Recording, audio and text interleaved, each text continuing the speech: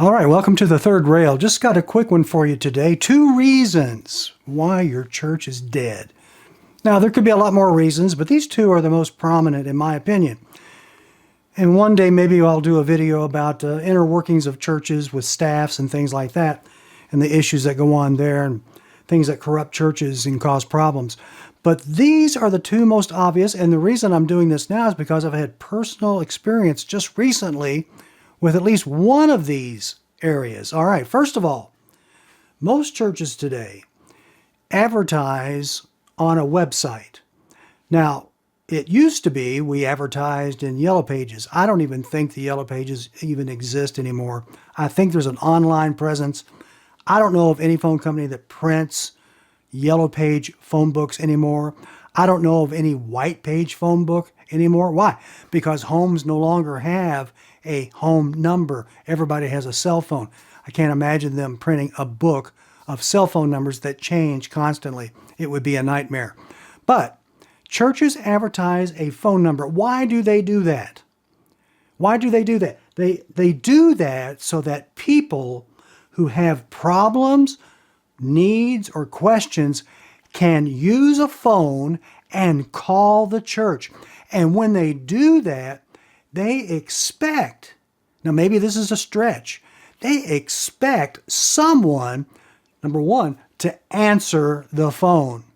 Answer the phone. How many times have you called a church and nobody answered the phone? It just rang and rang and rang.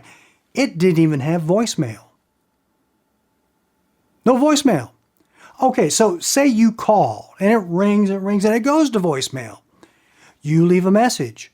What do you expect when you leave the message? Now, this is assuming you leave your name, the reason for your call, and a callback number.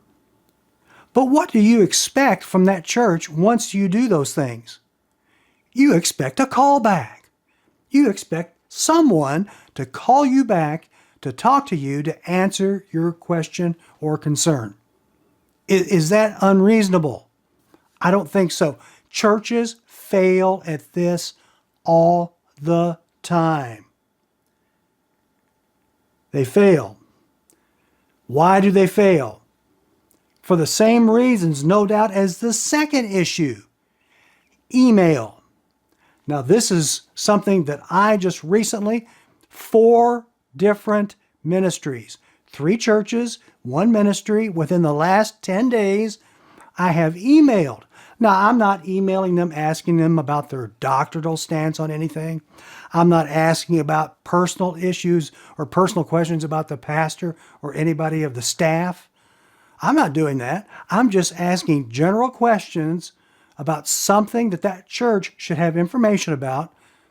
And guess what? Of those 4 in the last 10 days, actually I think 2 of them are longer than that, how many responses do you think I've gotten? I have gotten no responses. Church, why do you have an email address on your website if people are going to email you and ask you questions and you don't respond? Churches run like they're some business in the Soviet Union. You know the stereotypical, Russian business during the Soviet Union. It was corrupt. It never worked. It was always failing. They couldn't do anything right. That is why your church is failing, because that's exactly how you run it. Now, this is the fault of leadership in the church. If you're not going to answer email or the phone number, take them down. Get rid of them. Get rid of them. But if you're going to put it out in the public so that people can use it to ask questions, get information, whatever, then you need to respond immediately. Now, when I say immediately, I would say within 24 hours. How hard is it to respond to an email saying, that's a good question, let me ask so-and-so, I'll get back to you. Something to confirm they even got the email. You get nothing. Silence. Crickets. Crickets. That's why your church is dead. That's why your church is dead. Churches in America, good, Baptist, Bible believing, Bible preaching, King James only, non-charismatic churches fail because they fail. If they were a business and ran that way, would they stay in business? No, I don't believe they would. If they would not respond to their customers, look, you might be a Christian, you might be a church member, but you're like a customer. Why? They want your money. They want you to give to that church. They want you to support it financially. Yet they treat you like you're some foreign-speaking third world person that doesn't deserve the time of day to respond to a simple question or respond to a phone call or even answer the phone. Look, how many times have you called a church and somebody answered the phone and you thought you called, some tech support in Pakistan? You either couldn't understand them or they sounded, that's probably an extreme thing, but they sounded like a child, or they didn't know what they were talking about, or they were just in the church and just answered the phone. That's dangerous, folks. That is an impression that you give people. When somebody answers the phone and they don't know how to talk to somebody on the phone, they don't know how to act, they don't know the information, they don't know what to do with that phone call, it doesn't reflect well on your church, on your ministry. Folks, you need to straighten this stuff out. Ministries, you need to do this. Pastors, it's your responsibility to make sure this is done correctly. Answer an email. Now, I understand. Let me say this as a disclaimer. I understand pastors don't have time to get into email online debates with people. I'm not talking about that. I understand that. You don't have time. Somebody asks you a question about, is the earth flat?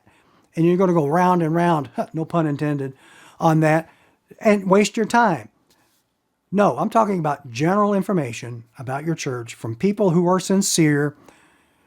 They're not trying to railroad you or anything else like that. They're not trying to trick you. They just want some honest answers, some honest feedback, somebody to respond to their questions. This is why your church is dead. I'll tell you what. I don't know how, if I would go to a church that had a reputation of not responding like that. I don't know that I would. It's important. It's why we pay money. We give our money to run a church. It should run like Google. It should run like Apple. It should be efficient. It should be kind, professional, and doing things in a timely manner. Well, we're Christians, we just, we don't have to do that. No, you're wrong. You're wrong. That's why your church is dying. Okay, I hope this has been a help to you. And we need to straighten these things out. Folks, have a blessed day. Thanks for watching.